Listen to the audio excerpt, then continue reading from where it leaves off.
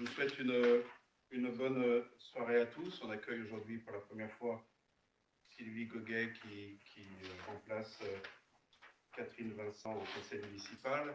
Je vous demanderai tout à l'heure, Madame Goguet, dans 2-3 mots de vous présenter, puisque même si tout le monde vous connaît, je pense que ça vaut la peine pour la retransmission, en tout cas Facebook, que vous puissiez vous présenter en 2-3 mots. Donc vous avez vu l'ordre du jour, il est très technique, il y a peu de points politiques municipaux en jeu ce soir, mais en tout cas pour la bonne marche administrative de la ville, il faut que ces points soient discutés et validés. On va commencer par l'appel des conseillers. Madame Gabreau. Présent.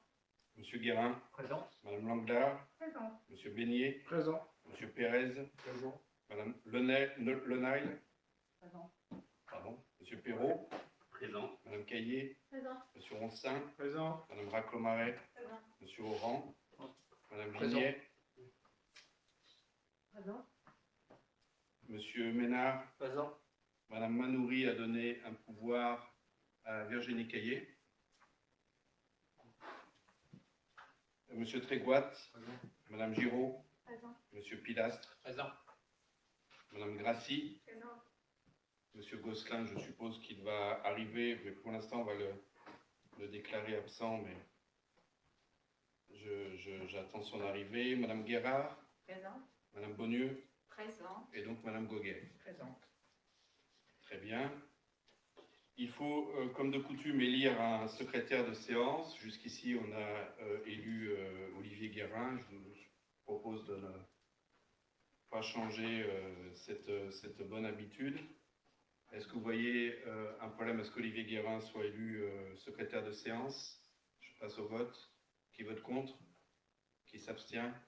Donc Olivier, tu es élu à l'unanimité secrétaire de séance. Merci. On passe donc aux affaires générales de gestion. Donc le premier point est l'adoption du précédent compte rendu.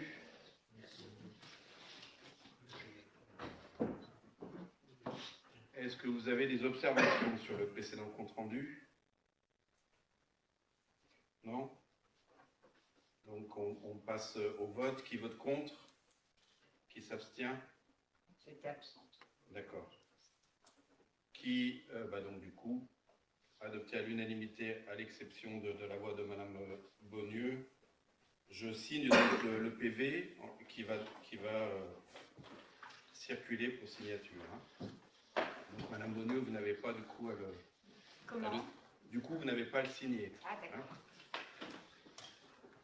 Le point suivant à l'ordre du jour, vous avez donc une note de synthèse pour vous accompagner dans ces discussions.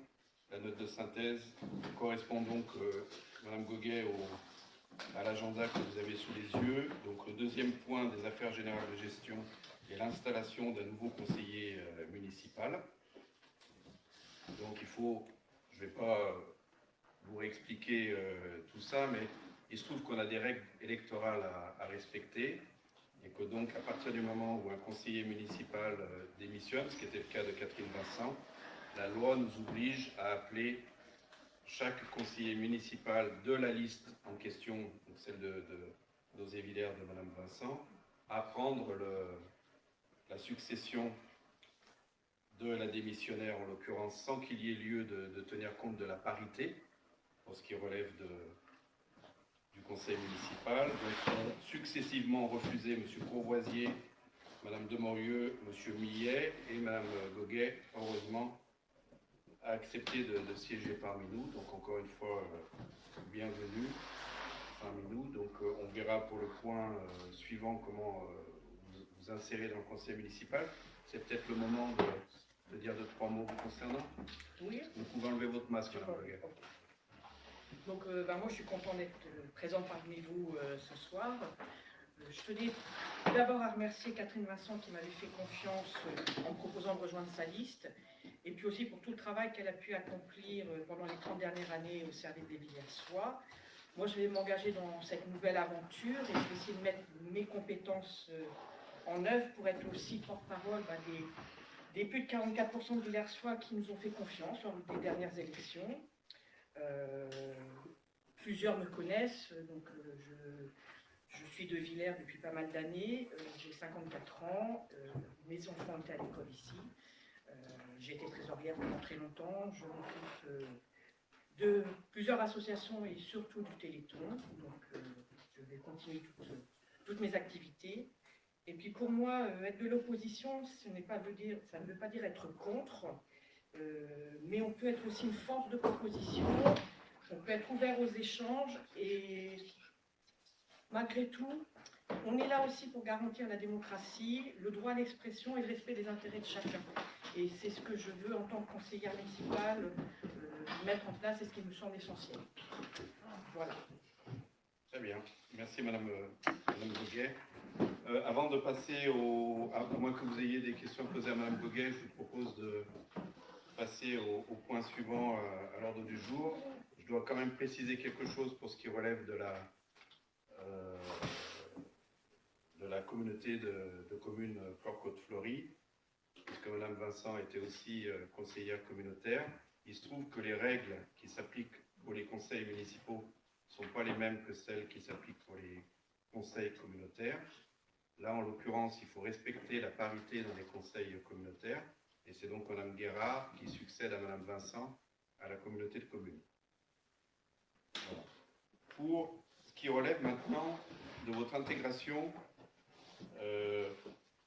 au sein du conseil municipal, Madame Goguet, en remplaçant Madame Vincent, ce que je vous propose, ce qui serait, en tout cas c'est quelque chose qui est communément admis dans les communes et qui est communément admis aussi à la communauté de communes, comme l'a fait d'ailleurs en partie Madame Guérard à la communauté de communes, c'est de reprendre les fonctions de Madame Vincent dans les commissions dans lesquelles elle s'était déclarée intéressée et candidate, ce qui nous permettrait, si vous voulez bien, d'avoir un processus relativement souple, c'est-à-dire que vous remplaceriez Madame Vincent partout où elle était présente, à l'exception de la communauté de communes.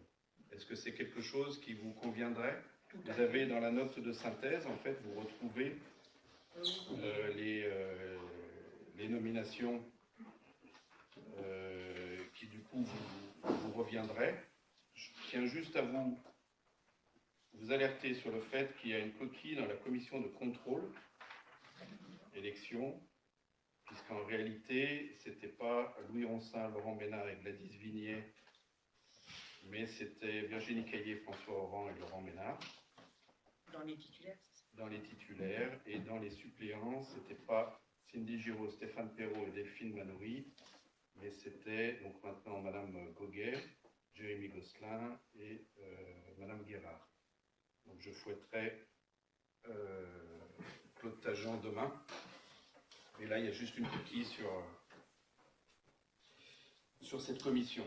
Est-ce que, du coup, vous accepteriez ces nominations et est-ce qu'on pourrait voter de manière générale sur votre intégration au Conseil de cette manière? À défaut, il faudrait reprocéder aux élections dans chaque commission dans laquelle Madame Vincent s'était déclarée candidate et qui nous avait pris énormément de temps, pour rien vous cacher. Si vous succédiez à Madame Vincent directement, ça nous arrangerait. Non, mais il n'y a pas de souci. J'accepte les 4 commissions dans lesquelles elle était sans problème. D'accord. Je vous remercie. Je vous propose de procéder quand même à un vote pour clarifier la situation. Donc, qui s'oppose au fait que Madame Goguet succède à Madame Vincent dans toutes les commissions dans lesquelles elle était membre? Qui s'abstient? Donc, à l'unanimité, Madame Goguet, du coup, vous intégrez le conseil municipal et l'ensemble des commissions dans lesquelles Madame Vincent était membre. Le point suivant, à l'ordre du jour, c'est le compte-rendu de décision. Donc, il convient pour moi de vous en faire part. C'est en règle générale les décisions qui ont été prises, dont je dois vous informer, entre chaque conseil municipal. Donc, par exemple, nous avons signé un bail entre notre bureau d'office du tourisme et la SPL, Office de tourisme intercommunal, pour 1 000 € par an. Donc il faut savoir que c'est un loyer qui est complètement symbolique, dans la mesure où en réalité on ne fait que qu'accueillir des services pour lesquels précédemment nous avions à payer. Donc c'est simplement pour marquer que nous accueillons ce service-là dans nos murs. Il y a eu un contentieux entre M. Legrand et la commune en l'occurrence intervenant en soutien de Mme Catherine Vincent à l'époque en sa qualité d'adjointe. Donc la commune a remporté le contentieux devant le tribunal correctionnel contre M. Legrand, qui est donc condamné. Il y avait un contentieux sur la rue Convert entre une association de défense de l'environnement et la commune. La commune a également gagné son contentieux devant le tribunal administratif. Et finalement, il y a un contrat de location précaire pour le bassin de natation qui a été signé pour la saison 2021 entre M. Romain et la commune pour 2 900 € par an. M. Romain étant le maître nageur avec son grand chapeau de paille que tout le monde connaît. Voilà, et qui est une continuité de la relation que la commune avait avec M. Romain depuis tout le temps, j'ai envie de vous dire. Donc ces 4 nouvelles devaient être portées à votre information. Il y a pas, ça passe pas au vote, c'est simplement la loi ou le Code général des collectivités territoriales qui nous impose de vous faire rapport de ces informations. Point suivant. Est-ce que vous avez des questions éventuellement sur... Oui, Madame Benu. Juste pour savoir, c'était quoi le contentieux de la rue Convert? Le contentieux de Reconvert et la commune. Alors, c'est juste pour information. C'est un contentieux d'urbanisme. C'est en fait sur un permis d'urbanisme qui a été contesté et qui a été porté devant le tribunal administratif. Ça arrive assez souvent, en réalité. Il se trouve en l'occurrence que la commune a gagné. C'est pas une règle générale, hein, pour autant. Non, mais c'était juste pour savoir parce que voilà. Oui, mais là, en l'occurrence, voilà, il y a énormément de recours en matière d'urbanisme. Est-ce qu'il y a... Oui, Madame Garde? Oui, pardon, bonsoir. Peut-on savoir maintenant quel est le ou les cabinets qui défendent les intérêts de la commune quand il y a des contentieux? Alors, ça dépend des contentieux. Là, en l'occurrence, pour la défense de l'environnement rue Convert, je ne sais pas. Non, mais maintenant c'est qui comme cabinet? Il y en a plusieurs. Ça dépend des Pardon? C'était la Bruce. La Bruce. La Bruce. Historique. Après historique. Monsieur Labrousse. Donc, le cabinet historique est Monsieur Labrousse. Maître Labrousse. Est-ce qu'il y a d'autres questions? Je vous propose de passer au point suivant à l'ordre du jour, qui concerne des virements de crédit. Le rapporteur est ici, M. Ronsin. Merci. Donc, il est proposé au Conseil municipal les virements des crédits suivants au compte 6218 autres personnels extérieurs plus 51 000 €, correspond à la rémunération d'un chargé de mission Petite Ville de demain. Ensuite, au compte 7488 autres attributions plus 41 000 recettes versement de la part de l'État, et puis des réserves au compte 678 qu'on retire pour un montant de 10 000 €. Est-ce qu'il y a des questions? En tout cas, pour Petite Ville de demain, il y a un point Ouais, un peu plus loin dans l'agenda dont on pourra discuter.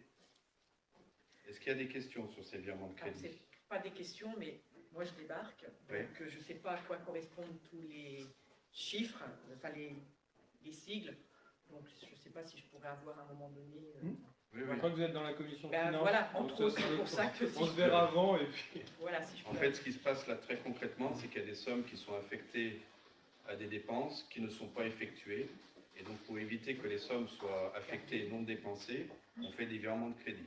Oui, mais c'est pour savoir à quoi ça Oui, correspond. oui, tout à fait. Donc, Madame Gouguet est dans la commission Oui. budget? Oui. D'accord. Ok. On se verra avant la commission. Donc là, on va bientôt rentrer d'ailleurs dans le cadre de la préparation du budget 2022. D'accord. Et ça sera effectivement intéressant que Que je puisse... vous puissiez y participer. Il y a d'autres questions? Qui s'y oppose? Qui s'abstient? Adopté à l'unanimité des présents. Très bien. Le point suivant concerne les rapports de la concession de la SPL Indoville. Alors, il nous faut là aussi vous les soumettre à vote. Il faut savoir que les rapports en question, donc vous les avez reçus. Je ne sais pas si vous les avez imprimés, que vous avez eu le courage de les lire. C'est des rapports qui ont déjà été approuvés par la SPL elle-même, la Société publique locale Indoville. Et là aussi, on a l'obligation légale de les resoumettre à adoption dans toutes les communes membres de la SPL. C'est-à-dire sur notre communauté de communes, 11 villes sur 12. La seule ville qui n'est pas membre de la SPL Indoville, c'est Trouville. Donc on a l'obligation, malgré que ces rapports ont déjà été approuvés par la SPL elle-même, de vous les de nouveau soumettre pour vote. Donc je vous propose d'adopter ces rapports. Si vous n'avez pas de questions, si vous en avez, il n'y a pas de souci. Et donc de m'autoriser à signer tout acte ou document relatif à cette affaire. Est-ce que vous avez des questions sur ces rapports-là? Non? Alors on procède au vote. Qui vote contre? Qui s'abstient? Donc les rapports sont adoptés à l'unanimité. Je vous remercie. Le point suivant à l'ordre du jour, c'est pour toi, Shuna, c'est le compte épargne-temps, qui est une mise à jour réglementaire sur laquelle tu dois appeler à vote. Je t'en prie. Alors, dans le cadre du compte épargne-temps mis en œuvre pour les employés communaux, il convient de mettre en œuvre la possibilité d'inclure dans le compte épargne-temps le surplus d'heures supplémentaires qui peuvent intervenir lors de missions ponctuelles et très spécifiques. C'est pas vraiment par faire de dispositif, puisque étant une station balnéaire, notre commune peut avoir à faire face à des situations très exceptionnelles, des interventions d'urgence, des situations de catastrophe. Et ainsi, la police municipale peut être affectée à des tâches très chronophages. Et dans ce cadre-là, ces heures supplémentaires pourront être ajoutées sur le compte épargne-temps, et quand les tâches relèveront de missions spéciales sur décision de l'autorité, elles seront monétisées sur la base de la réglementation en vigueur, en prenant le surplus au-delà de 15 jours. Je pense que tu appelles à des questions là, avant d'aller plus loin. Est-ce que vous avez des questions? C'est un point technique de ressources humaines au sein de la mairie, et qui consiste à dire qu'on se réserve la possibilité à un moment donné de pouvoir solliciter le personnel sur des situations exceptionnelles. Et donc de pouvoir à ce moment-là appeler à ce qu'ils aient un peu plus d'heures de travail et qu'ils puissent comptabiliser leurs heures sur un compte épargne-temps. Là on pense éventuellement à des tempêtes ou à des choses assez exceptionnelles, et on veut être en capacité à la mairie de réagir, c'est-à-dire d'envoyer les salariés sur le terrain sans avoir à se demander s'ils sont en capacité, en tout cas pour ce qui est de leur durée hebdomadaire de travail, d'intervenir. Donc l'accord, c'est de dire si vous intervenez au-delà de vos heures réglementaires, vous allez pouvoir comptabiliser ces heures sur un compte épargne-temps, pour faire simple. L'idée globale, c'est que l'employé puisse être payé des heures qu'il a effectuées. Exactement, oui. Parce que si on dépasse le compteur et qu'il peut être payé, c'est quand même fâché. Oui, Madame Benieux. Donc, si ça comptait pas le temps, ce sont plus des heures supplémentaires, c'est ça? C'est ça. Donc, il y a une fongibilité des horaires qui sont faits, c'est ça? Oui, c'est ça. Si vous voulez, c'est quand on arrive, les employés sont annualisés. Et il arrive à un moment donné où on arrive même au-delà des heures supplémentaires, et pour autant, il y a une situation exceptionnelle. Comment réagit-on? On réagit en chargeant ces heures sur un compte épargne-temps, comme le disait Shuna, pour que ces heures soient payables et qu'on soit dans une situation légale. Il y a un nombre limité sur ce compte épargne-temps? Pour l'instant, non. Non, en règle générale, les comptes épargne-temps, on a le droit qu'à tant de jours. Oui, c'est ça. C'est-à-dire qu'on n'a pas fixé de limite par type d'employé. Si vous pensez en fait aux situations exceptionnelles qui pourraient nous arriver, on va pas avoir d'avalanche, hein, tout va se jouer autour de la plage, donc on sait à peu près les employés qui pourraient être concernés, mais pour autant, bon, on ira au maximum de ces employés, de ce que la loi permet. Mais on est clairement, on ne parle pas du service administratif, on est clairement au service technique, et dans le service technique, sur un type d'employé particulier. Mais parce que ce compte épargne-temps, il n'existe pas en temps normal. Non. Non, parce que dans la fonction publique, il existe ce compte épargne-temps où on peut poser des congés ou des heures sup, et il y a un nombre d'heures et de jours limités auxquels on ne peut pas aller au-delà, où on peut se les faire payer. Mais voilà, Oui, mais c'est-à-dire que jusqu'ici, il n'y avait pas d'un tel système en place. Alors là, on préfère, si vous voulez, préventivement le mettre en place, parce qu'on se rend compte quand même que sur l'annualisation du temps de travail des employés, on pourrait avoir quelques problèmes. Nos employés sont par exemple surchargés en heures durant la période estivale, ils sont beaucoup à partir en congé en septembre. Or, si en septembre, il advenait que nous ayons un problème, on se retrouverait sans compte épargne-temps. Est-ce que dans ce cas-là, on ne peut pas anticiper en autorisant de déposer aussi des congés annuels qu'ils ne pourraient pas poser sur ce compte épargne-temps pour ne pas les perdre? C'est ce qui... Oui. Ça arrive aussi. Oui. Non, mais voilà. Oui. Non, là, ce qu'on recherche, c'est vraiment de la flexibilité. C'est un compte épargne-temps qui existe déjà, sauf qu'on rajoute la possibilité de mettre des surplus d'heures supplémentaires. C'est pas que la nouveauté, c'est juste des heures supplémentaires que l'on veut rajouter au-delà des 15 jours, qui sont notre limite actuellement. 15 jours annuels ou en tout? Non, 15 jours annuels. Oui.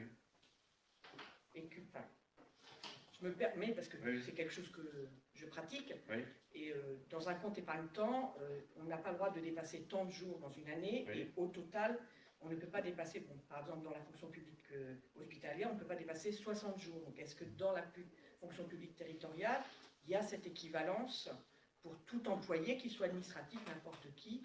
Si pour X raison, je n'ai pas posé mes congés et je ne peux pas les prendre avant la date limite, je peux le mettre sur ce compte épargne-temps, que ce soit heures supplémentaires. Oui, ça existe. Oui. Non, si vous voulez, donc ce système est déjà en place. Ce que nous visions, c'était typiquement l'employé municipal qui a déjà effectué son quota d'heures supplémentaires, mais qui lui est là lorsque ses collègues sont en vacances, et que là, il faut l'appeler parce qu'on a une situation exceptionnelle. Et là, en l'occurrence, on ouvre la possibilité de charger le compte épargne-temps de ces heures supplémentaires. D'autres questions? Plus de questions? Est-ce qu'on peut passer au vote? Qui est contre? Qui s'abstient? Votez à l'unanimité. Merci. Merci Chouna. Il y a un point suivant qui est donc, dont le rapporteur est Christophe Pérez. Bonne chance Christophe pour expliquer ça. On a un marché d'entretien de la voirie qui est signé avec Colas, et en fait on propose là un avenant à ce marché qui en fait réduirait les prix au mètre carré des différentes prestations lorsqu'on est sur des superficies supérieures à 10 mètres carrés. Donc en fait, aujourd'hui ce qu'on propose à la validation, c'est un avenant au marché qui permet de diminuer un peu les coûts sur les travaux de voirie. Est-ce que vous avez des questions? Alors vous avez le détail des tarifs, hein. En fait vous voyez que les anciens tarifs et les nouveaux tarifs sont les mêmes pour des surfaces entre 0 et 10 mètres carrés, et lorsqu'on est au-dessus de 10 mètres carrés, les tarifs sont beaucoup plus intéressants. En fait, il y avait, là aussi je traduis, parce que ce n'est pas toujours évident à comprendre. Le marché public a été passé, il y avait deux types de prix, et il se trouve qu'il manquait un prix intermédiaire. Donc parfois, il pouvait arriver que nous soyons facturés trop par rapport au métrage concerné, parce qu'il manquait ce prix intermédiaire, et donc Colas allait taper dans les prix qui étaient contractuellement prévus. Donc on s'est dit, il faut un avenant pour qu'il y ait un prix intermédiaire, de telle sorte que lorsqu'il y a des interventions qui tombent ni dans des métrages trop peu importants ou dans des métrages très importants, qu'on retombe sur un prix intermédiaire qui permette d'avoir des prix plus intéressants pour la commune. Donc Colas a accepté et pour ça, il faut un avenant. Est-ce que j'ai traduit le Pérez en conseil municipal? Est-ce qu'il y a des questions? Dans cet appel d'offres, vous n'aviez pas pu prévoir justement cette souplesse? Eh bien, ça n'avait pas été prévu dans l'appel d'offres de départ. D'accord. Ça avait été fait par Et du coup, ça ne remet pas en cause l'appel d'offres en lui-même? Non. Ah non.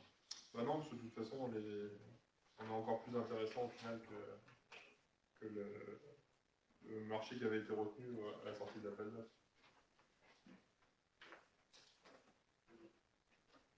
D'autres questions?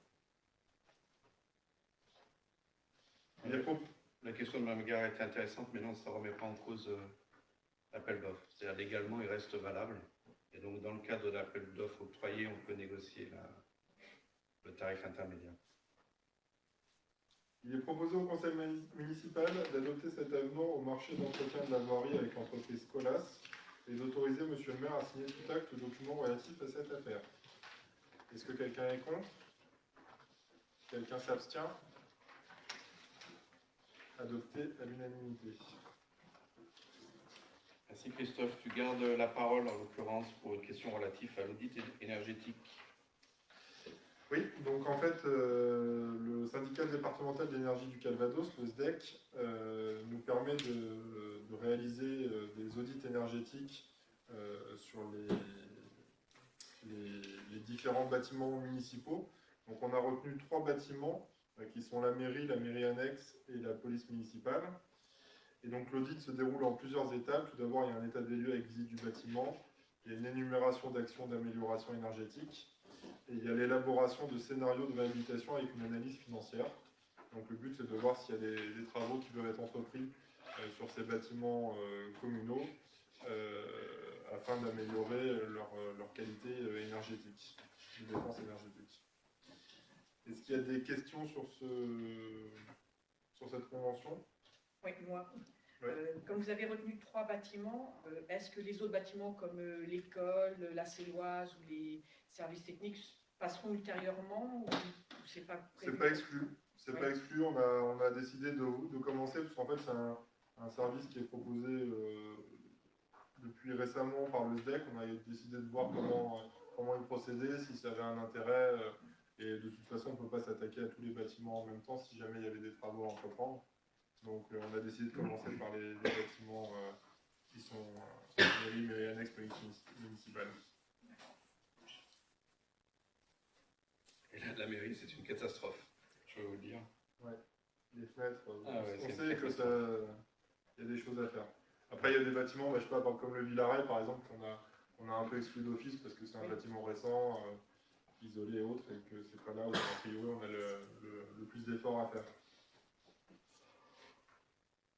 Il est proposé au conseil municipal de donner son accord pour bénéficier d'un audit énergétique, de confier au SDEC Énergie le soin de réaliser l'ordre de service pour commander la réalisation de l'audit énergétique, d'accepter de participer pour le montant de la quantisation définie ci-dessus. Je ne l'ai pas précisé, c'est 932,48 €. Donc on a aussi des conditions avec le SDEC qui sont très intéressantes, ça coûte pas grand-chose pour la commune. De s'engager à voter les crédits nécessaires et à verser cette contribution au SDEC Énergie après l'envoi du titre de recette par le SDEC Énergie, d'autoriser M. le maire à signer la convention et d'autoriser M. le maire à signer tout acte ou document relatif à cette affaire. Est-ce que quelqu'un est contre? Quelqu'un s'abstient?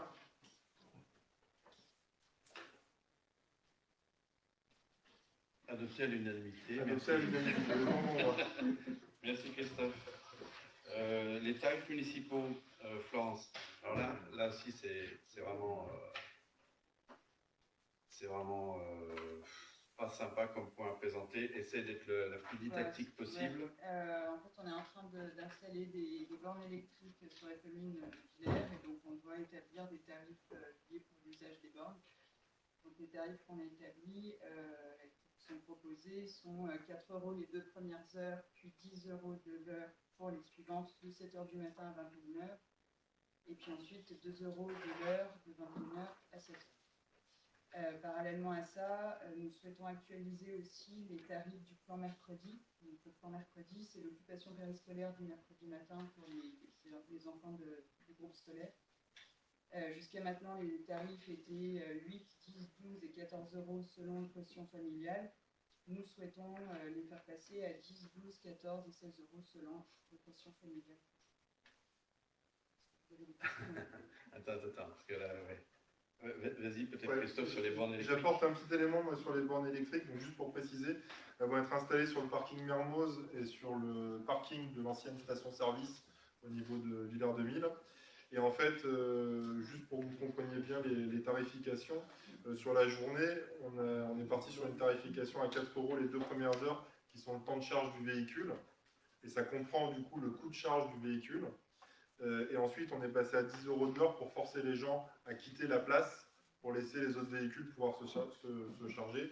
Et après, on a été plus souple sur le créneau de nuit, donc 21h à 7h, en restant à 2 euros par heure, pour éviter que les gens qui se branchent le soir soient obligés de se relever la nuit pour déplacer le véhicule.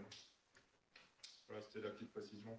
Alors pour tout le monde aussi, il faut savoir qu'on a consulté les constructeurs pour savoir déjà ce qui se faisait dans les autres villes, ce qui se fait dans les villes voisines. Et non, mes lunettes ne sont pas sur ma tête, elles sont sur la table.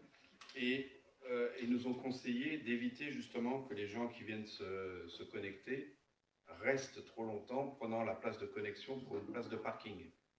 Donc ce qui arrive dans certaines villes où finalement quand le tarif de charge est peu élevé, le consommateur peut faire le calcul de se dire s'il y reste la journée, finalement il ne paye pas plus cher, voire moins cher qu'une place de parking. Donc pour éviter que les places de recharge électriques soient squattées par des utilisateurs, on nous a conseillé de monter le prix tout de suite après l'heure de charge pour dire il est temps de partir. C'est pour ça que vous avez ces tarifications un peu bizarres. C'est parce que ça a été fait sur la base de consultation des constructeurs, et 2 parce qu'on a fait un peu de benchmarking autour de la ville de Villers pour voir ce qui se faisait ailleurs et comment les villes aux alentours tarifiaient les recharges électriques. Donc on s'est simplement aligné pour que Villers soit pas plus attractif, mais pas plus dissuasif que nos voisines. Voilà. Est-ce qu'il y a d'autres questions? Donc, il est proposé au conseil municipal d'adopter les tarifs ci-dessus énoncés, d'autoriser la mise en œuvre d'une régie si nécessaire, de limiter ces places au seul stationnement pour la recharge électrique de véhicules pour éviter les stationnements gênants, et d'autoriser Monsieur le maire à signer tout acte ou document relatif à cette affaire. Qui s'oppose? Qui s'abstient? Adopté à l'unanimité. Merci Florence. Point suivant. Alors Louis, s'il te plaît, rends quelque chose de compliqué le plus simple possible. D'accord? La suppression de l'exonération de la taxe foncière bâtie. Allez. Merci, monsieur le maire. Alors, en 2008, la commune de Villers-sur-Mer avait décidé de supprimer l'exonération de 2 ans en faveur des constructions nouvelles.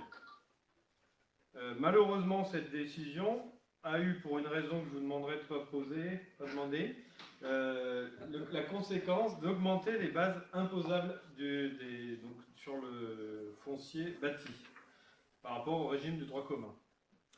Dans le cadre de la réforme de la taxe d'habitation, que je vous rappelle, on a voté il y a quelque temps, notamment la part départementale, il est possible de supprimer totalement cette exonération. Et donc, il est nécessaire maintenant de délibérer pour maintenir cette suppression, puisque la réforme ferait tomber l'ancienne décision de 2008. Et donc, il est proposé au conseil municipal, et puis je vous résumerai ça, de limiter l'exonération de 2 ans de la taxe foncière sur les propriétés bâties en faveur des constructions nouvelles, addition de construction, reconstruction, conversion de bâtiments ruraux en logement, à 40% de la base imposable en ce qui concerne tous les immeubles d'habitation, d'autoriser Monsieur le maire à notifier cette décision aux services préfectoraux et d'autoriser Monsieur le maire à signer tout acte ou document relatif à cette affaire.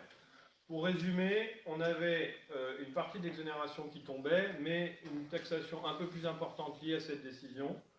Ce qu'on propose, c'est de limiter à 2 ans et de le faire que sur 40% de la base imposable. Donc, c'est-à-dire que les nouvelles constructions bénéficient d'une exonération partielle de cette taxe. Donc si j'ai bien compris, ça permettrait de ne pas avoir une surtaxe derrière. En fait, on peut plus cette surtaxe ne peut plus s'appliquer puisque la part départementale est revenue au communal maintenant. On a voté il y a 2 mois. En fait, c'est un capharnaüm fiscal. Mais ce que j'ai retenu, moi, c'est que la Direction générale des finances et des impôts a fait tourner, comme le disait Claude Tajan hier, enfin tout à l'heure, a fait tourner les calculettes et les ordinateurs. Au final, on arrive à peu près au maintien, si vous voulez, des recettes des uns et des autres. C'est juste que c'est d'une complexité abominable. Voilà. Mais la ville ne gagne pas plus d'argent, elle n'en perd pas. Pour faire simple, si vous voulez. Voilà. Et c'est pour ça que je souhaitais bonne chance à Louis, parce que tu l'as fait pas trop mal, Louis. Merci. Est-ce qu'il y a d'autres questions? Personne ne s'y risque. Je vous remercie. Qui est contre? Qui s'abstient? Adopté à l'unanimité des présents. Merci. Merci, Louis.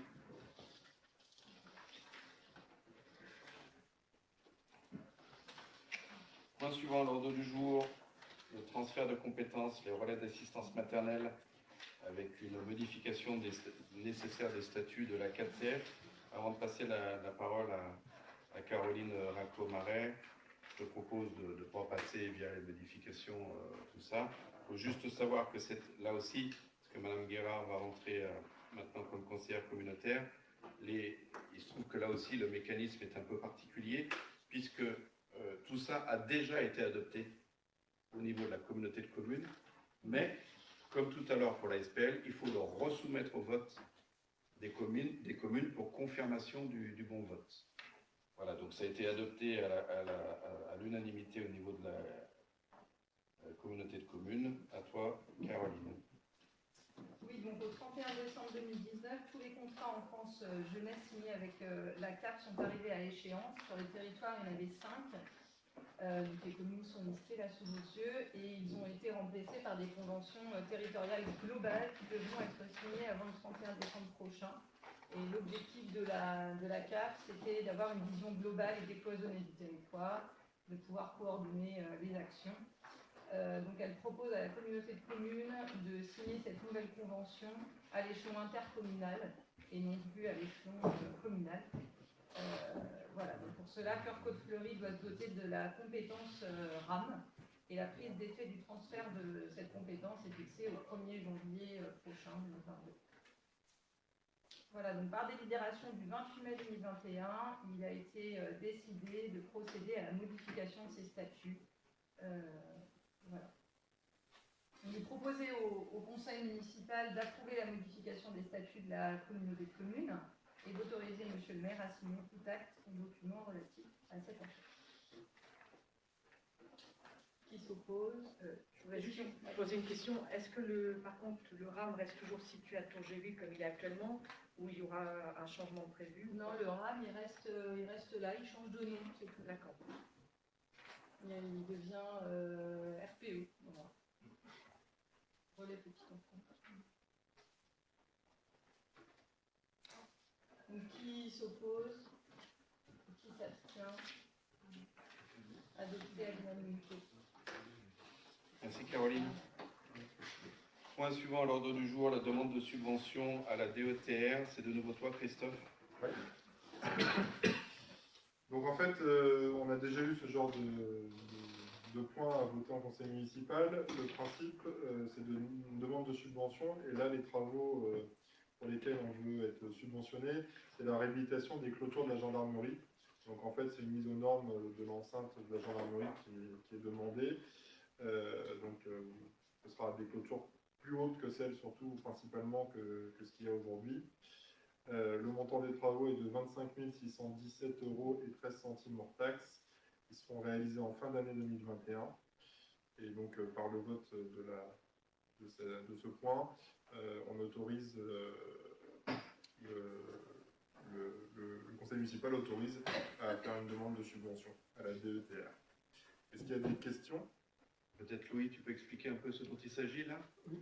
En fait, dans le cadre des différents plans Vigipirate, la gendarmerie a besoin, enfin l'enceinte de la gendarmerie où sont logés les gendarmes notamment, et où ils travaillent, a besoin d'être sécurisée dans des normes qui ne sont plus celles qu'on avait à l'époque.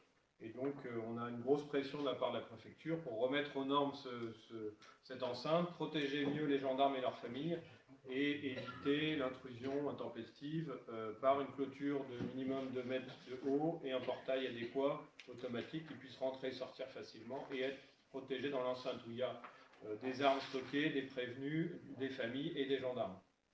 Donc voilà, donc on a fait des devis et en fait il s'avère que voilà, c'est un des travaux un peu lourds mais qui sont nécessaires pour la permanence et le maintien de la gendarmerie sur notre commune.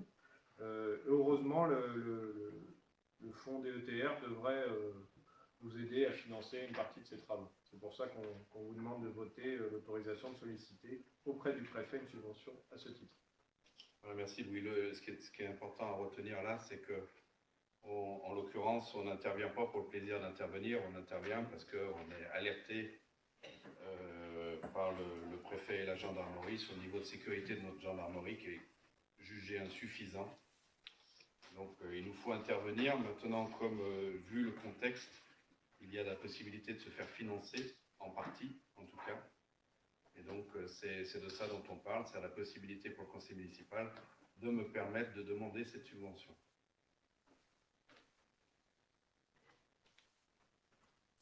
Il est proposé au conseil municipal de solliciter Monsieur le Préfet pour obtenir une subvention DETR la plus importante possible, d'ouvrir les crédits selon le plan de financement ci-dessus, à savoir financement sur fonds propres, et d'autoriser Monsieur le maire à signer tout acte ou document relatif à cette affaire. Est-ce que quelqu'un est contre? Quelqu'un s'abstient? Adopté à l'unanimité. Merci Christophe. Point suivant à l'ordre du jour, donc on revient sur le virement de crédit tout à l'heure qui a été opéré, un des virements de crédit qui a été opéré, qui concerne donc le fameux programme Petite Ville de demain. Donc pour mémoire, Petite Ville de demain est un programme gouvernemental qui consiste à financer des travaux d'urbanisation, de réurbanisation dans des villes qui sont considérées comme porteuses de développement pour un territoire. Il se trouve que nous avons osé candidater et nous avons eu la bonne surprise d'être sélectionnés, ce qui va nous permettre pour un certain nombre de nos projets d'être cofinancés par l'État, sauf que l'État nous demande ou nous impose d'avoir ce qu'on appelle un chef de projet dont le salaire est également cofinancé par l'État. Ce chef de projet, ou en l'occurrence c'est une chef de projet, a été sélectionnée. Son premier jour de travail était aujourd'hui. Elle s'appelle Denise Degard. Elle va nous accompagner donc, durant l'ensemble de ce programme qui dure 3 ans. Et donc, en l'occurrence, ce qui vous est demandé, c'est de me permettre de demander la subvention qui est donc de l'ordre de 75% de son salaire. C'est donc prévu dans le programme Petite Ville de demain, mais il faut une délibération du Conseil pour me permettre de demander cette subvention qui donc nous permettra, dans les 3 ans qui viennent, d'avoir une chef de projet sur ce programme gouvernemental. Donc, il est proposé... Est-ce que vous avez des questions d'abord? C'est un programme dont on a déjà parlé, reparlé, etc. Donc là, en l'occurrence, ça commence. Il se trouve que le calendrier fait qu'on a un conseil municipal le jour où nous pourrons enfin commencer ce programme avec la chef de projet. Donc, si vous n'avez pas de questions, je vous propose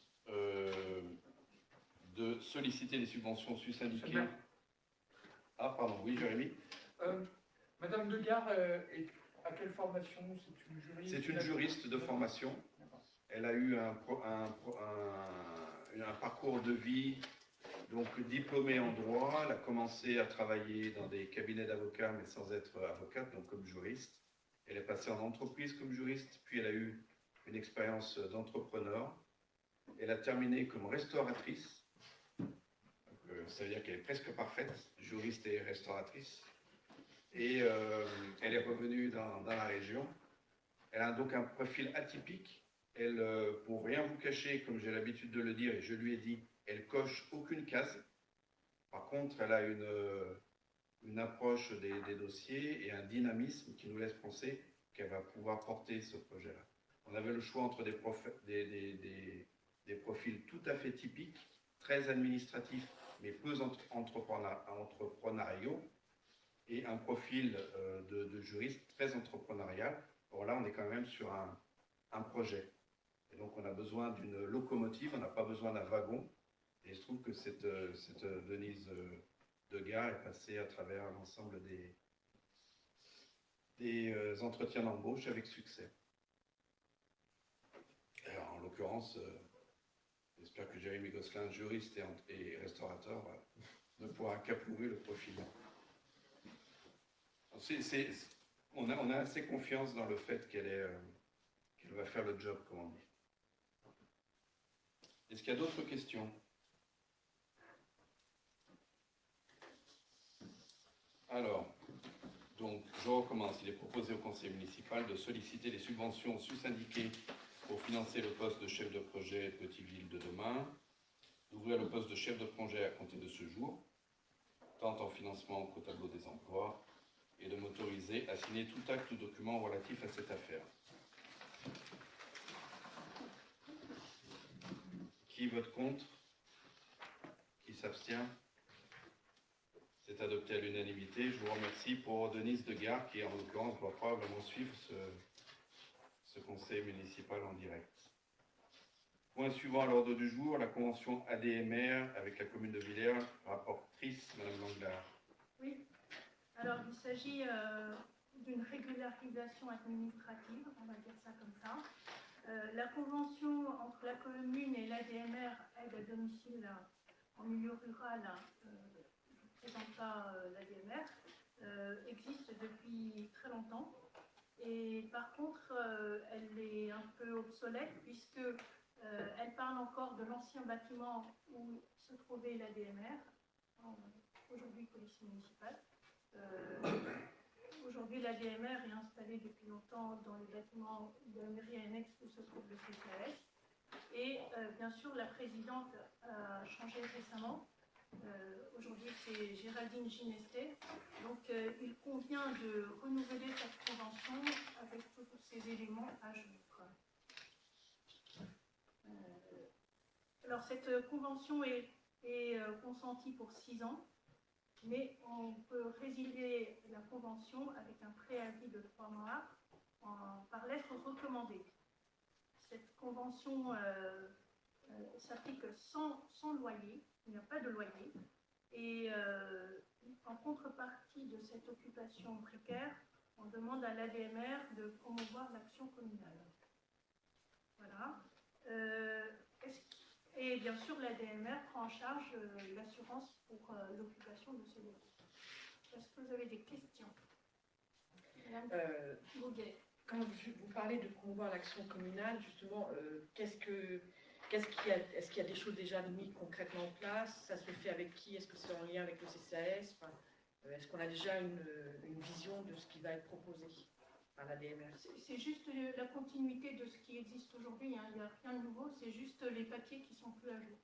Oui, mais parce que quand on parle de promouvoir l'action communale, c'est l'aide à domicile, mais est-ce que on peut envisager en relation l'ADMR, le CCAS par exemple, de faire des actions envers les personnes âgées ou dans la communication, ou enfin des choses comme ça ou pas?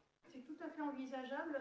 En fait, là, la secrétaire de l'ADMR et la secrétaire du CCAS travaillent en bonne coopération, dans le sens où s'il y a une situation détectée via l'ADMR qui nécessite une aide financière en général de la part du CCAS, le cas, avec l'autorisation des personnes concernées, est présenté au CCAS afin que le dossier soit étudié. Et dans le sens inverse, ça marche aussi, c'est-à-dire que lorsque le CCAS identifie un cas où il y a vraiment besoin d'aide à domicile, on présente le cas à l'ADMR et l'ADMR fait de son mieux pour que le dossier puisse être mis en route. Ce qui n'est pas toujours évident parce que, comme vous le savez, on manque et de personnel Et on a beaucoup de demandes. Une autre question? Alors, il est proposé au conseil municipal d'autoriser Monsieur le maire à signer la convention à intervenir avec l'ADMR et d'autoriser Monsieur le maire à signer tout acte ou document relatif à cette affaire. Qui est contre? Qui s'abstient? Voté à l'unanimité. Merci. Merci Chouna. Point suivant à l'ordre du jour qui est relatif à un partenariat sur le développement du label de la Fondation du patrimoine à Villars-sur-Mer. Le rapporteur, c'est toi Olivier, c'est pareil, est-ce que tu peux faire ça de manière didactique? Alors c'est une convention assez technique qui vise à protéger le patrimoine architectural. On parle souvent de patrimoine architectural et de patrimoine naturel exceptionnel à Villers. Là, on va vraiment le toucher du doigt et on a vraiment l'occasion de le concrétiser. Donc, je vais vous lire quelques extraits de la note de synthèse et de la convention, que vous n'avez pas manqué de lire vous-même, mais juste en rappel ce soir. L'objectif du partenariat, c'est encourager les propriétaires privés à préserver l'architecture traditionnelle située sur le territoire de la commune de Villers et de les aider par des mesures financières et fiscales à supporter les coûts liés aux travaux qu'ils engagent. Ça, c'est un premier point. Deuxième point, la Fondation du patrimoine noue des partenariats avec les collectivités. Donc ça, c'est important de le signaler parce que ce qui se passe ce soir, ça se passe dans beaucoup de communes du territoire, Cabourg, Deauville, etc. Donc nos voisins sont aussi concernés, nos voisins ont le même sujet dans leurs conseils municipaux de ces prochains jours. Un point important également, qui est concerné? Les propriétaires d'immeubles non protégés, donc les propriétaires privés, d'immeubles privés, non protégés au titre des monuments historiques, pour les aider à financer les travaux prévus sur le clos et le couvert, et inciter à le faire dans les règles de l'art. Donc dans les règles de l'art, vous avez vu, il y a le détail des commissions, ces commissions comprennent notamment un ABF, architecte des bâtiments de France. Ça vise aussi à favoriser les artisans locaux, ça vise à déclarer les travaux, donc à les faire dans les règles de l'art et à les faire par des entreprises locales déclarées. Dans le cadre de cette convention, nous proposons une contribution annuelle de 8 000 € à la Fondation du patrimoine et, ligne importante, de plus l'aide. Alors, excusez-moi, je reviens un petit peu en arrière sur quelque chose. Comment se concrétise l'aide au niveau des propriétaires? Donc c'est un outil financier qui permet aux propriétaires de financer le coût des travaux, etc. Donc l'octroi d'une aide de 2% des travaux labellisés. Et ensuite, un avantage fiscal qui est concrétisé par une déduction de 50% des travaux réalisés, 50% des travaux réalisés déductibles des revenus imposables. Vous avez vu, ces deux lignes sont importantes. Et une troisième ligne qui est importante, que vous avez vu un petit peu plus loin, une autre aide qui concerne les personnes qui ne sont pas assujetties à l'impôt sur le revenu. Donc pour les personnes qui n'auraient pas de revenus imposables, ils sont aussi concernés. Et ils peuvent avoir non seulement ils peuvent rentrer dans cette enveloppe, mais en plus on majore cette enveloppe de 20%. Donc ça vous l'avez vu aussi dans la convention. Je fais une petite pause, est-ce qu'il y a des questions à ce niveau-là? Est-ce qu'on a eu l'occasion de faire un petit peu, parce qu'on a plein de belles villas, et je suppose qu'il y a déjà eu pas mal de restaurations de faites, est-ce qu'on a pu avoir un aperçu des demandes antérieures pour avoir se rendre un petit peu compte de ce que ça pourrait apporter, parce que vous avez mis que la subvention c'était 1 an pour voir comment ça allait, mais justement est-ce qu'on a un recul sur ce qui a déjà été fait? Alors, je vais répondre à cette question parce qu'il se trouve que le 1 an il vient de moi. C'est-à-dire que justement c'est parce que je souhaite voir ce que sont vraiment les résultats de cette subvention. Je pars comme étant sceptique, si vous voulez. Pour faire simple, si on verse une subvention à la Fondation du patrimoine de 8 000 €, ça ouvre des déductions fiscales pour les Villersois. Normalement, la convention est de 3 ans. J'ai demandé à ce qu'elle soit d'1 an, à titre dérogatoire, pour avoir un retour et un examen concret de ce que ça donne réellement dans le chef de nos administrés. S'il advient qu'on a des administrés, et moi j'aimerais voir quels administrés sont concernés, est-ce qu'on parle d'administrés nantis? Est-ce qu'on parle d'administrés qui ont vraiment besoin d'un soutien financier parce qu'ils n'ont pas nécessairement les moyens d'effectuer les travaux en question? Tout ça, on va l'examiner au bout d'une année. Si au bout d'une année, il se trouve que, si finalement la démarche de la ville de Villers d'adhérer à ce programme-là porte ses fruits, on reconduira ça. Si on constate qu'en réalité, et pour parler très clair, de manière très transparente, et même si c'est en direct, si c'est que les très riches qui en profitent, je ne suis pas certain que ça vaille la subvention des 8 000 €. Voilà. Et quelle communication vous allez faire pour justement... Ah oui, donc à partir du moment où c'est voté ce soir, oui, on va le porter à l'attention des Villersois. Donc on va utiliser tous les moyens de communication à notre disposition pour le faire savoir. Et la Fondation du patrimoine elle-même communique sur ses fonds et sur ses déductions fiscales et sur ses aides. Et comme le dit Thierry, on a mis des garde-fous, et les garde-fous, vous les voyez à la fin de la convention. Il y en a deux qui sont importantes. Les parties conviennent de réexaminer la situation en cours d'année. Donc c'est non seulement à la fin de l'année, mais c'est en cours d'année, et non pas au bout des 3 ans. Et le deuxième garde-fou, c'est à l'inverse, s'il y a un reliquat, si ce qu'on a mis dans l'enveloppe n'est pas utilisé, ce qu'on a mis dans l'enveloppe, s'il n'était pas renouvelé, le reliquat non engagé fera l'objet d'une restitution à la collectivité. Donc c'est pas perdu, c'est pas utilisé par la Fondation du patrimoine dans une autre commune, c'est restitué à la ville de Villers. Donc on a vraiment encadré pour que les garde-fous soient dès ce soir écrits et votés. Notre convention, elle est atypique par rapport à ce que font les autres villes, justement parce qu'on demande à voir pour le croire. Est-ce qu'il y a d'autres questions? J'ai juste une question. Comme la convention est sur un an, les délais vont peut-être être un peu courts, comme c'est assujetti aux architectes des bâtiments de France. Parce que les délais sont assez longs de leur réponse en général pour le traitement des dossiers. Alors, les dossiers, ils les ont déjà sur leur table, pour la plupart. Enfin, il y a déjà des dossiers en cours. Donc, il y a déjà des dossiers en cours qui vont faire l'objet de... Qui vont tomber dans le cadre de cette convention, si on l'adopte. Ouais. D'accord.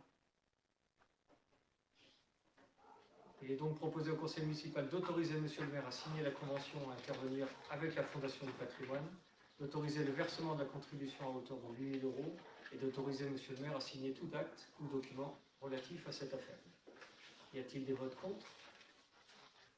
Y a-t-il des abstentions? Merci, voté à l'unanimité. Merci Olivier. Alors, point suivant, qui est une convention entre notre ville et la Ligue de Normandie de football. La rapporteure, c'est Madame Giraud. Alors là, c'est la première fois que Cindy prend la parole au conseil municipal. Tu pensais que ça allait passer inaperçu? Ben non. Non. Donc, fais-le en toute décontraction, Cindy. Alors, dans le cadre de la gestion de nos demandes de subvention auprès de la Fédération française de football, cette dernière nous sollicite pour l'établissement d'une convention entre la commune et la Ligue de Normandie de football. Donc, vous avez eu la convention en pièce jointe, donc je pense que tout le monde l'a lu également. Cette convention prévoit la mise à disposition de l'ensemble sportif du foot à la SVH. Cette structure en assurera la gestion opératoire, notamment l'organisation de la pratique du football. Voilà. Est-ce que vous avez des questions? Alors, oui, je vais traduire. Vas-y, je t'en prie. Voilà. C'est-à-dire que sous l'ancienne mandature, il y avait eu des travaux lancés qui ont aussi généré la demande de subvention par la commune à la Ligue nationale de football. La Ligue de Normandie de football a octroyé les subventions, mais elle veut s'assurer que les subventions sont versées dans un stade qui va être occupé par un club. Et donc, c'est ce dont il s'agit ici. Voilà, la Ligue de Normandie de football ne va pas verser de l'argent dans un stade inoccupé. Et il est bien entendu Et là, il s'agit de subventions à la ville et pas au club. Je voudrais juste, j'ai une petite, enfin c'est pas une question, c'est une petite remarque par rapport à l'article 5. J'ai juste une petite phrase qui m'a interpellée. Le deuxième tiré, c'est « respecter les consignes de sécurité publique et d'accès au public prévues par la réglementation de la mairie de Grand Couronne ». Et je me suis dit, qu'est-ce que vient faire Grand Couronne? Vous avez raison. Je pense qu'il y a un copier-coller. Oui. Voilà. Vous avez raison. Donc la Ligue de Normandie de football fait aussi des copier-coller. Donc merci beaucoup. Et une autre aussi, Oui. article 8, durée de la convention, on entend par saison la période allant du 1er juillet de l'année N au 30 juin. La présente convention est conclue pour 4 saisons et c'est mis, ça prendra effet à partir d'aujourd'hui jusqu'au 30 juin 2023. Et moi, si je compte d'aujourd'hui à 2023, j'ai que 2 saisons. Oui, c'est parce qu'en fait, la subvention a déjà été versée. Et donc, à mon avis, ils doivent compter 2019-2020. Mais enfin, ouais. Ouais. Bon, c'est parce que c'est mis que ça prend part d'aujourd'hui, c'est pour ça qu'il y a... Oui. Mais on va les interroger là-dessus, Ouais, vous avez raison. Deux fois, merci. On est encore une fois sur une affaire relevant de l'ancienne mandature. Mais vous avez raison, on va vérifier. En tout cas, Grand Couronne, c'est sûr que ça nécessite ce que je me suis dit un amendement. On n'était pas au même endroit. Et est-ce que, Claude, tu as entendu? Parce que c'est mis 4 saisons et les dates. Tu as entendu? Ok, donc article 5, article 5 8. et 8.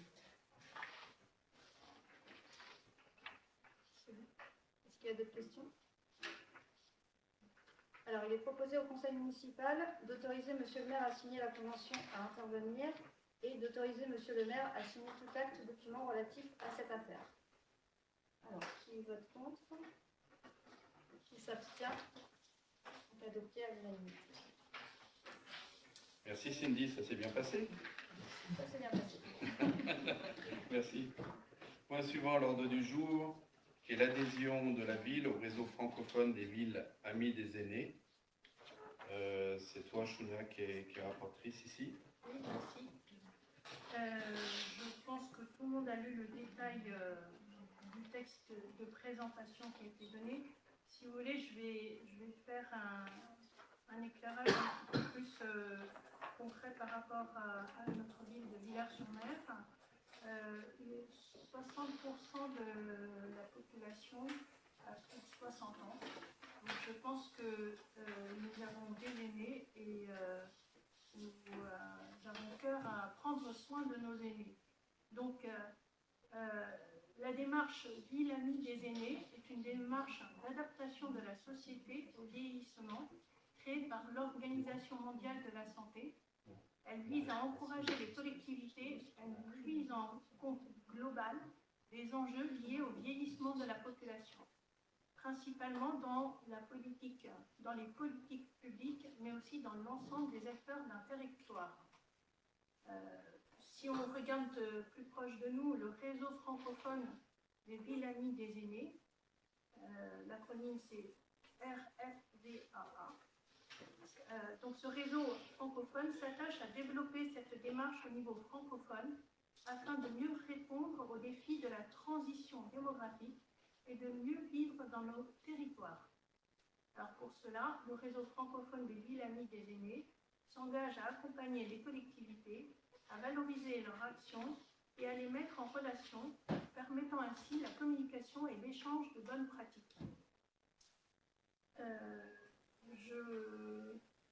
Je pense que notre ville de Villers est tout à fait en phase avec ces idées de ce réseau francophone et de cette démarche d'adaptation de l'Organisation mondiale de la santé. Et c'est pour ça que je souhaite proposer au conseil communal d'adhérer à ce réseau-là, sachant que les 8 axes de réflexion et de travail pour être davantage amis avec nos aînés, c'est dans les transports et la mobilité, dans l'habitat, dans les espaces extérieurs et les bâtiments, dans le lien social et la solidarité, dans la culture et les loisirs, dans la participation citoyenne et à l'emploi, dans l'autonomie, les services et les soins, l'information et la communication. Donc vous voyez, la plage de services à rendre à nos aînés est très très large. On peut avoir des idées, mais forcément on n'a pas toutes les idées. Donc c'est intéressant de participer à ce réseau justement pour échanger et échanger les bonnes pratiques. Pour ce faire, il faut un représentant de la collectivité. Donc je me propose... Non, c'est moi qui t'ai proposé. Non, c'est moi qui t'ai proposé, oui. Et comme suppléant, Gladys Vignet, qui travaille déjà avec moi sur le programme des seniors. Et ce qu'il faut savoir, c'est qu'il y a une participation pour ce réseau. Le premier niveau de participation pour les villes, c'est jusqu'à 5000 habitants, donc on est largement dedans, forcément. Et cette année, pour 2021, la cotisation est à 125 €. C'est pas excessif non plus. Voilà. Il y a eu un peu d'augmentation, puisqu'en 2020, c'était 120 €. Et ça reste tout à fait raisonnable. Est-ce que vous avez des questions? Madame Boguet. Ce n'est pas une question, c'est, enfin, si, un peu. Est-ce que dans ce cadre-là, il peut être envisagé la semaine du 4 au 10 octobre, on est dans ce qu'on appelle la semaine bleue, donc qui est une semaine nationale, qui est autour justement de la personne âgée. Est-ce qu'il peut être envisagé dans ce cadre-là qu'il y ait quelque chose de proposé au sein de Villers? Je pense que Madame Boguet est tout à fait invitée à travailler avec...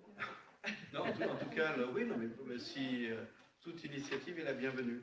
Pour répondre aussi très franchement à votre question, je n'ai pas connaissance dans l'agenda qu'il y ait eu quelque chose de prévu, mais ça peut être une très bonne idée. Ouais. C'est-à-dire que nationalement, tous les ans, au mois d'octobre, et c'est souvent début octobre, il y a ce qu'on appelle la semaine bleue. Et donc, c'est une semaine où on profite de mettre des actions, de faire de la communication, de mettre des activités en place pour les personnes âgées. Et comme c'est national, ça permet d'avoir un réseau et une connaissance plus importante. Bah, si je puis me permettre, et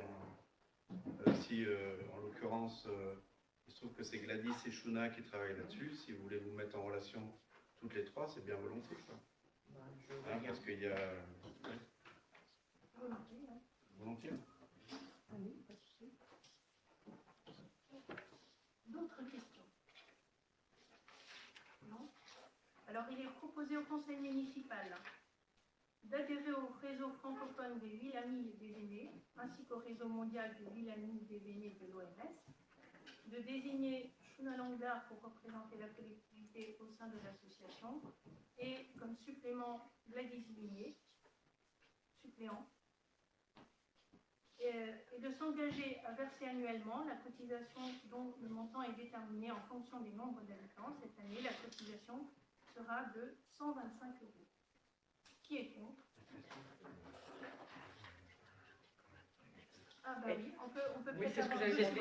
On allait demander qu'elle soit rajoutée. Voilà, si on peut avoir... Si Gladys, tu vois pas de... Non, pas de souci.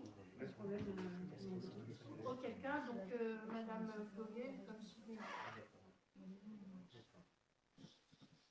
Donc il faut du coup procéder au vote. Donc qui est contre? Qui s'abstient? Adopté à l'unanimité. Merci. Merci Shuna. Juste une remarque, Shuna, puisque ont été diffusées cette semaine les dates des goûters des seniors. Les goûters des seniors, et Shuna, bravo pour tout ce que tu as organisé pour l'année 2021-22 à venir. Les goûters des seniors ont lieu dans la salle Bagot cette année. Et dans la salle Bagot où a lieu le conseil municipal ce soir, la salle Bagot qui est redécorée, la salle Bagot où il fait bon ce soir, est-ce que vous avez froid? Non, vous n'avez pas froid. La salle Bagot où on tient à au moins 50 personnes, la salle Bagot qui est accueillante, la salle Bagot qui est accessible avec son parking et son accès PMR, la salle Bagot où il fait bon tenir un conseil municipal. Et j'arrête là, et vive la salle Bagot qui recevra donc à partir de quelle date en octobre? Le 6 octobre, le goûter des seniors à nouveau possible, puisqu'on vient à nouveau possible. Voilà. Merci Olivier. Voilà, Olivier, il est comme ça. Quand on le lance, il ne s'arrête plus, puis au bout d'un moment, il faut lui dire... Olivier. On est bien dans la salle de beaucoup. Merci Olivier. Point suivant à l'ordre du jour. Donc merci Shona. Le fameux point sur les ravalements de façade, c'est pour toi Christophe.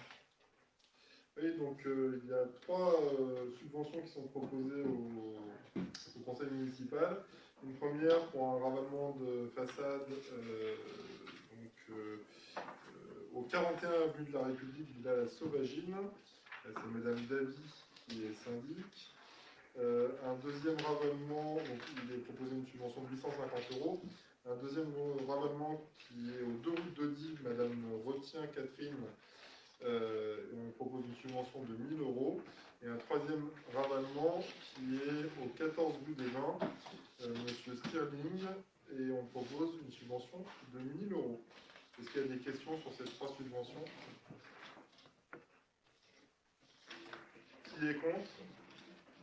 Qui s'abstient? Adopté à l'unanimité.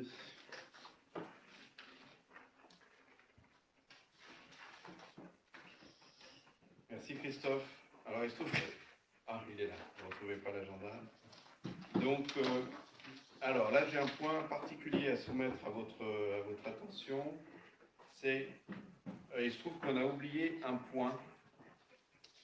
Autant vous dire les choses aussi là clairement. Dans le point 1, affaires générales de gestion, vous n'êtes pas obligé d'accepter qu'il soit traité, puisqu'il n'a pas été mis à l'agenda. Je vous invite à considérer le point parce qu'il n'est vraiment pas important et ça nous permettrait d'évacuer ça. Il se trouve que, alors je vous lis, c'est peut-être que vous l'avez dans votre pochette, c'est la note de synthèse complémentaire dans la pochette bleue. Est-ce que tout le monde l'a? Bon, il se trouve que, alors là, il y en a un qui connaît bien, il y en a 2 qui connaissent bien ce pot, c'est Jérôme et Laurent. Parce qu'ils nous en parlent assez souvent. C'est pas eux qui l'ont détruit, ils n'étaient pas dans le véhicule qui a pris la fuite après avoir cassé ce pot, sauf que ce pot, il se trouve que... qu'il émanait d'un artiste, Roger Picard, en 1954, qui avait été donc déposé au rond-point Louis Armand, et qu'il est suivi, j'ai vu que Claude Tajan a parlé du destin de ce vase. Le destin est tragique. Il était suivi par le Centre national des arts plastiques, qui s'est interrogé sur ce qu'était devenu le pot. Alors le pot a été détruit par un chauffard il y a assez longtemps. Il a été complètement détruit et donc il nous a été demandé de bien quelque part nous prononcer sur le fait que ce pot n'existe plus pour pouvoir répondre au Centre national des arts plastiques. Donc si vous voulez bien qu'on fasse passer ce point, même s'il n'était pas dans l'agenda, au conseil municipal de ce soir, ce qui nous permettrait de répondre au Centre national des arts plastiques, il vous est proposé de prendre acte, dit Claude Tajan, du destin de ce vase, c'est-à-dire en fait qu'il a été détruit, et de m'autoriser à signer tout acte ou document relatif à cette affaire, c'est-à-dire grosso modo, il faut répondre au Centre national des arts plastiques que le pot n'a pas eu de pot. Je ne sais pas où il est, et il n'existe plus en tout cas, et on est incapable de pouvoir. Je ne sais pas dans quelle année il a été détruit. Il a été détruit 2 fois. Hein. Oui. Et la dernière fois, l'avant-dernière fois, la voiture était restée à cheval. Jérôme, tu as quelque chose à avouer ce soir ou pas? Je n'ai pas le permis encore. Bon, voilà, en tout cas, si vous l'acceptiez, bah, à ce moment-là, vous me permettriez de répondre au Centre national des arts plastiques. Est-ce que vous en êtes d'accord? On fait donc une entorse à notre... Oui, Jérémy? Oui, donc ce vase a disparu, c'est bien ça? Oui, il a été complètement détruit, il était émiettié. Donc on l'a recherché au service technique, il n'est donc plus là du tout. Il y a eu une réplique pendant un moment donné, je crois qu'il y a eu un deuxième vase, oui. Voilà, mais qui n'était pas le fameux vase de Roger Picard. Donc le vase de Roger Picard qui était suivi par le Centre national des arts plastiques, voilà, n'existe plus. Est-ce que vous acceptez déjà d'introduire ce point à l'ordre du jour ou les affaires générales. Est-ce que ça vous convient? Oui. Est-ce que vous voyez un inconvénient à ce que je réponde au Centre national des arts plastiques? Non? On adopte cette décision à l'unanimité, je vous en remercie. Voilà, Claude, tu pourras donner suite. Il y avait ensuite un point 2 sur la vie communale. Je n'ai pas de point pour ce qui me concerne. Est-ce que vous en avez? Non. Point 3, questions diverses. Je n'ai pas non plus de point sous le point 3. Madame Goguet? Je vais être embêtante. Je vous en prie. Juste une petite chose. Dans la lettre de Villers, il n'y a plus naissance, décès, mariage. Oui. Il y a des gens qui demandaient est-ce que... Oui. En fait, alors on le fait de manière annuelle. D'accord. Donc il y a la dernière lettre de Villers qui va arriver en décembre aura un récapitulatif des naissances et des décès sur l'année. Comme ça a été le cas en 2020, de mémoire. Voilà, sachant que 2020, c'était pas une page sympa parce qu'il y avait énormément de décès et très peu de naissances. On espère que 2021 sera plus sympa. Claude Tajan me souffle dans l'oreillette qu'il faut l'accord des familles. Pour les naissances. Pour les naissances? Pour les naissances. Claude Tajan dans l'oreillette. Il dit rien, donc c'est que ça doit être vrai. Voilà, donc c'est publié, mais annuellement. D'accord. Est-ce que vous avez... Oh, Madame Bonnieux? Oui, moi j'ai une question parce qu'on a parlé des commissions ce soir et effectivement je fais partie de commission, mais j'avoue que je n'ai pas encore été convoquée. Oui, en fait il n'y a pas eu de réunion des commissions. Voilà. Donc vous avez été convoqué à chaque fois au CCAS parce que le CCAS s'est réuni. Par contre, je crois qu'il y a eu des commissions appel d'offres auxquelles Madame Vincent a participé. Est-ce qu'il y a eu d'autres? Il y a une commission mobilité à laquelle Madame Vincent s'était excusée. Alors, est-ce qu'on a un espoir? Oui, elle oui, avait oui. participé. Elle avait participé à la commission mobilité. Elle avait participé à la commission mobilité? Commission Oui, sport. ah voilà, c'était la commission de subvention. Commission sport et vie associative, voilà. ça réunit 2 fois aussi. Voilà, mais là, Madame Vincent s'était fait excuser. Donc toutes les commissions ne se sont pas réunies, mais l'objectif c'est en 2022 de vraiment les activer. En tout cas, la commission budget, celle-ci va être activée. Louis. Voilà, donc pour que les choses soient là aussi claires, on travaille par exemple pour le budget, qui est quand même une commission importante.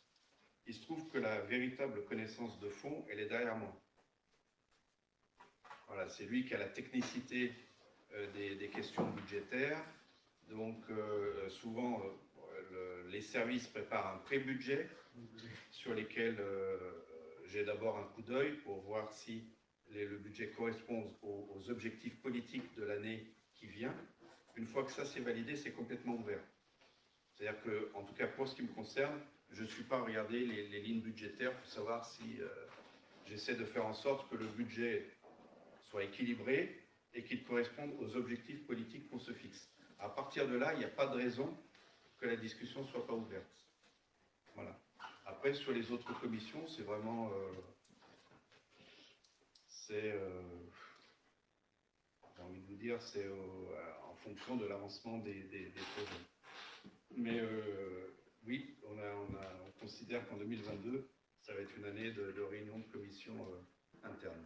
En tout cas, il se trouve que vous, personnellement, vous êtes dans des commissions qui jusqu'ici se sont réunies pas mal et qui ont vocation à continuer à se réunir. J'ai d'autres questions. Allez-y, Madame Goguet. Dans le cadre des travaux de voirie, qu'est-ce que... On parle chemin du bois, on va être clair.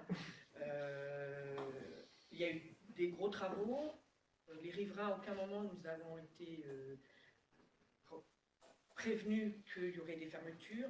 Et surtout, il y a eu des gros soucis de ramassage de poubelles. Pendant 15 jours, nos poubelles jaunes n'ont pas été ramassées. Donc après avoir été quelques voisins, avoir alerté la communauté de communes, on nous a mis enfin au bout de chemin des conteneurs. Mais est-ce que s'il y a d'autres travaux de prévus dans d'autres lieux, c'est quelque chose qui peut être anticipé et prévu par la ville pour qu'il n'y ait pas ces soucis qui ont été récurrents sur 1 mois et demi, 2 mois. Vous voulez ajouter quelque chose, Oui, Mme Bonnier, alors, avant que je passe la parole à Christophe Pérez? Et en même temps, au niveau de la signalétique, Rhône-Pareil, c'est bien le tiers au départ, de ne pas laisser les gens s'engager jusqu'à son but. Parce que déjà, c'est pas très praticable, mais alors quand il faut faire demi-tour, on se retrouve coincé derrière les engins, c'est pas très agréable. Alors, je regarde Louis Ronsin parce qu'il est très concerné je par sais. le sujet et il nous a alerté plusieurs fois. Mais Christophe Pérez va vous expliquer en fait ce qui s'est passé. Chemin du Bois. Ouais, donc en fait, c'est des travaux d'effacement de réseau, mais pas comme on les entend au niveau de la ville, ceux qui sont menés par la ville. Là, c'était mené vraiment par Enedis, parce qu'il y avait un danger sur certains tronçons donc, qui ont été enterrés et qui ont été des fils qui étaient encore des fils nus. Donc uniquement électricité, alors que quand on fait des vagues de travaux d'effacement de réseau avec le SDEC Énergie, c'est aussi le téléphone et ainsi de suite. Enfin, on prend tous les réseaux. Et on a été assez peu informé du suivi du chantier par Enedis. C'est-à-dire qu'on a validé avec eux, ils nous ont demandé des autorisations pour les zones concernées. On a été très très peu informés. Par contre, pour la partie relative à la fermeture de la route, sauf erreur de ma part, sur les réseaux sociaux, il y a eu un message qui l'a signalé sur la ville. Mais après, je suppose qu'ils n'ont pas fait de boitage ou autre, alors que dans le cadre des dépassements réseau SDEC Énergie, il y a des courriers qui sont envoyés à tout le monde et compagnie.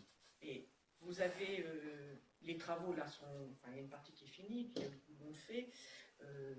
Vous avez accepté les travaux tels qu'ils sont, parce que franchement, c'est ni fait ni à faire.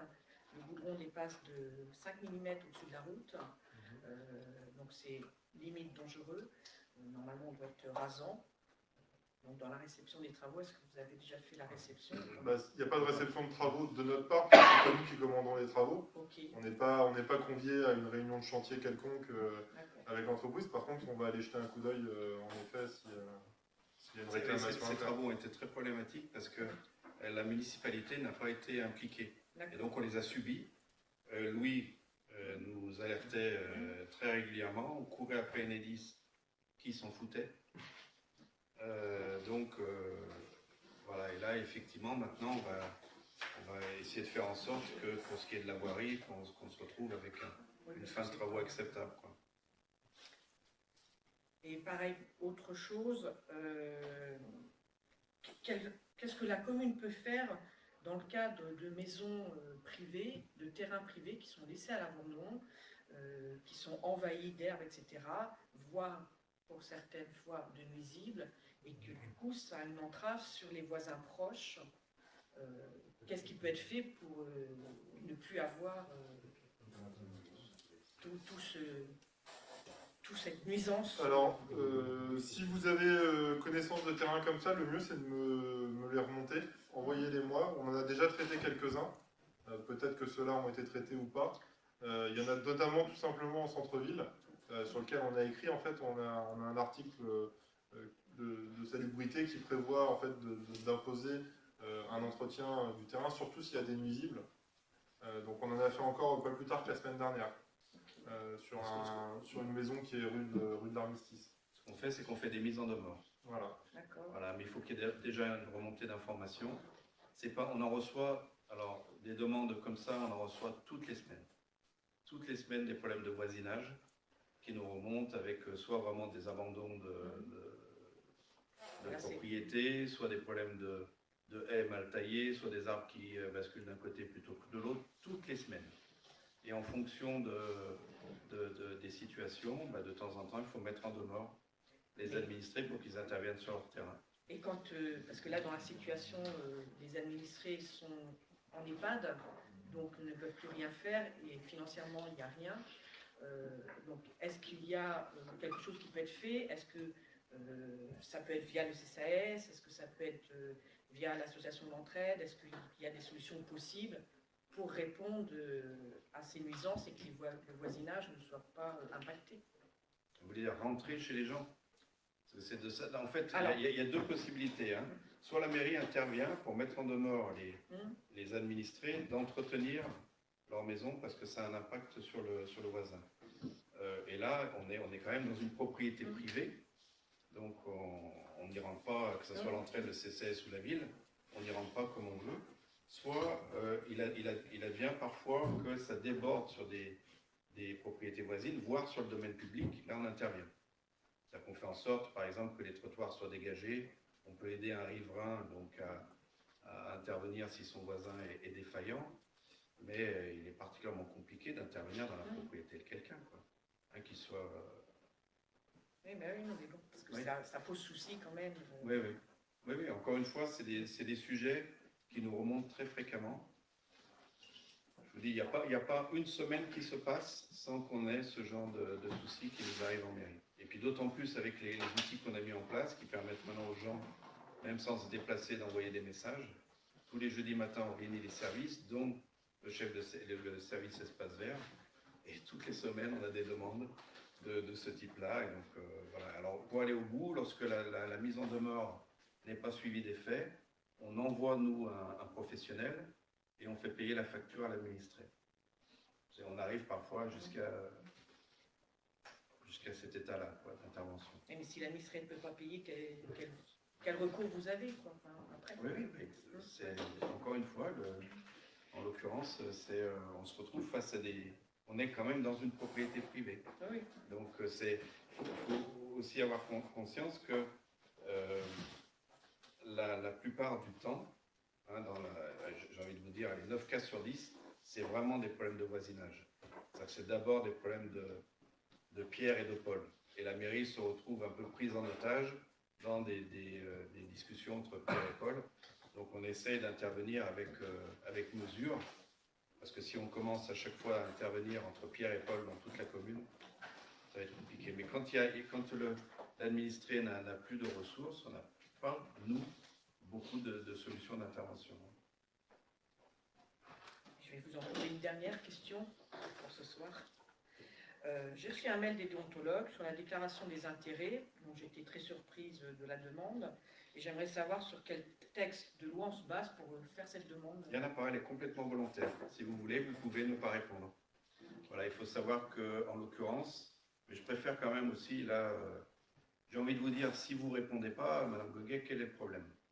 Alors, il vous est juste demandé de déclarer vos intérêts pour pouvoir éviter des conflits d'intérêts. Si vous ne déclarez pas vos intérêts, on n'est pas en capacité d'identifier des conflits d'intérêts. Voilà. Donc, mais il n'y a pas de... Moi, je vais aller au-delà, c'est-à-dire que si je regarde la loi, parce qu'il existe une loi quand même du 11 octobre 2013 qui dit que les déclarations d'intérêt ne concernent que les maires des villes de plus de 20 000 habitants, les adjoints de plus de 100 000 habitants, et qu'en plus, la déclaration d'intérêt ne se fait pas à la mairie ou au déontologue, mais se fait auprès de la haute autorité. Oui. Ah, mais je vous dis, c'est une déclaration volontaire. Voilà. Maintenant, je vous renvoie ça. C'est-à-dire, quelles seraient les raisons de ne pas déclarer vos intérêts? Déclarer mes intérêts propres, je veux bien, mais déclarer ceux de mes parents, de mes enfants, je ne vois pas en quoi c'est utile et en quoi ça sert. Voilà. D'accord. Pour autant,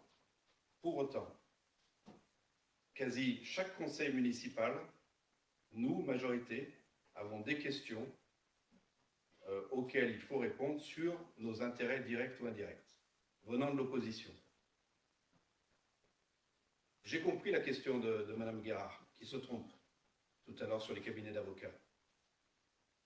J'ai compris. Donc nous, majorité, tous les conseils municipaux, il faut que nous nous justifions auprès de l'opposition pour bien montrer qu'il n'y a pas, si vous voulez, de conflit d'intérêts. Inversement, quand on vous pose la question, ah non, vous n'allez pas le faire.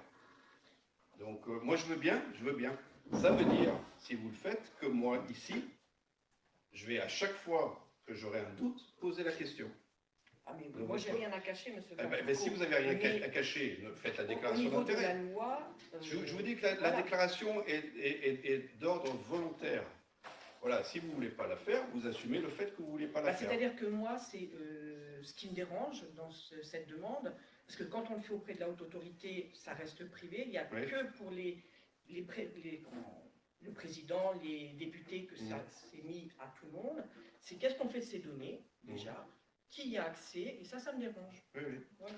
D'accord, il se trouve qu'il n'y a que les déontologues qui ont accès à ça. Il y a ni les services de la mairie, moi j'ai aucune idée des déclarations d'intérêt des élus de la majorité, vous pouvez leur demander. Je connais d'eux ce que tout Villers connaît, je ne connais pas leur déclaration d'intérêt de manière particulière. Maintenant, encore une fois, moi j'ai aucun souci avec le fait que vous ne déclariez pas vos intérêts. Permettez-moi de dire que je ne comprends pas pourquoi, mais bon, en soi, il n'y a pas de souci. Madame Bonnieux? Je pense qu'une des éventuelles réticences vient du haut degré de déclaration d'intérêt qu'on a à donner, puisqu'effectivement, ça concerne les enfants, c'est-à-dire le même niveau que l'Assemblée nationale, quelque part. Oui. Donc Non, l'Assemblée nationale n'a même pas ça à faire. dans notre rôle propre, nous, franchement, on ne risque pas de salarier quelqu'un dans le cadre de nos fonctions de conseillers municipaux. Voilà, on n'a pas le même degré, entre guillemets. Après, effectivement, moi j'ai déjà envoyé à Madame Gabro une bonne partie des renseignements qui me sont demandés, donc quelque part, moi je veux bien les renvoyer aux déontologues. Oui, mais là, je vais vous dire la dernière question qui nous a été envoyée par les déontologues, en l'occurrence à Claude Tajon. Ils nous ont demandé de voir les dernières factures passées entre la mairie et des entreprises détenues, soit par des élus, soit par des parents d'élus, parents au sens générique du terme. Des subventions qui ont été données aux associations dans lesquelles des élus sont partie prenante. Ils nous ont demandé les derniers contrats des personnes employées par la mairie. Et ça, on le reçoit, paf, comme ça, c'est un email, on doit y répondre. On s'y soumet. Des déontologues. Oui, des déontologues. Voilà, et Claude est derrière, il pourra vous le dire. Et du coup, on répond, on va dans la comptabilité, on cherche les factures des mouvements qu'il y a eu entre la mairie et les différents élus, et on le fait. Soyez certaines que dans la mairie, les employés municipaux font leur boulot. Hein. Ah, mais c'est-à-dire que non, mais ça voilà, n'a rien à voir avec. Là, la question est inversée. Moi, j'ai jamais posé de question. Non, mais c'est pour rassurer, si vous voulez. Moi, je veux bien parler de ça. J'ai pas envie de vous parler de la situation dont on hérite, où je peux vous dire que si ces règles avaient été mises en place, il y a des choses aujourd'hui auxquelles on n'aurait pas à faire face. Très clairement. J'aurais envie de dire, vu mon niveau de décision. Ouais. Voilà, donc bon. Après, encore une fois, c'est. Voilà, vous y répondez pas. Ça, Oui, non, mais c'est intéressant d'en discuter en même temps. Voilà. Concernant le rapport avec les députés, en fait, il y a beaucoup plus de chances qu'on intervienne dans un domaine qui nous concerne, nous ou nos proches directement, qu'un député. C'est-à-dire que c'est la vie courante, on est tout le temps concerné par les décisions qu'on prend. Si j'interviens pour demander à ce que le chemin du bois soit accessible en journée, qu'on puisse rentrer chez soi, il y a quand même derrière l'idée que j'y passe et que du coup, je suis directement concerné. Donc c'est là où il faut être encore plus prudent qu'un député, à la rigueur, parce qu'on est toujours directement concerné. C'est rare de ne pas être concerné par une association dans laquelle... Oui, mais dire les associations, mais moi, dans la demande, et j'ai été revoir les textes quand même de loi, même un député, on ne lui demande pas de dire ce que font ses enfants, ses parents, où est-ce qu'ils sont, etc. Le député n'a pas à y répondre. Donc je ne vois pas en quoi nous, comme simple conseiller municipal, on nous a demandé ça. Après les associations, c'est pas compliqué, hein, on sait où on est les uns et les autres, puisqu'il y a des conseils d'administration et il y a le... Oui, mais c'est pas publié ces documents-là. Bah si, puisque au niveau des associations, on sait à peu près qui en fait partie. Donc ça, c'est pas gênant. D'accord. Nous, on en prend note. Hein, il n'y a pas de souci avec ça. Après, les Villersois apprécieront. C'est tout. Hein. Il y a un exercice de transparence d'un côté, il n'y en a pas de l'autre. J'ai pas de souci avec ça. Après, ne vous posez pas de questions. Hein.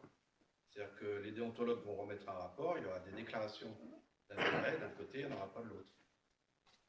Voilà. Donc, vous pourrez toujours expliquer que, en fait, on ne demande pas, la loi ne demande pas, mais pour autant, vous n'aurez pas répondu à l'exercice.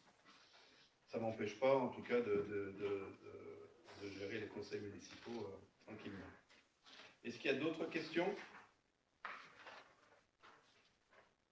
Non? Eh ben, je vous remercie. Alors, je tiens juste à préciser pour en l'occurrence, les débats, qu'en réalité, Jérémy Gosselin est arrivé juste après l'appel des conseillers, qu'il était donc bien présent là dès le début. Hein.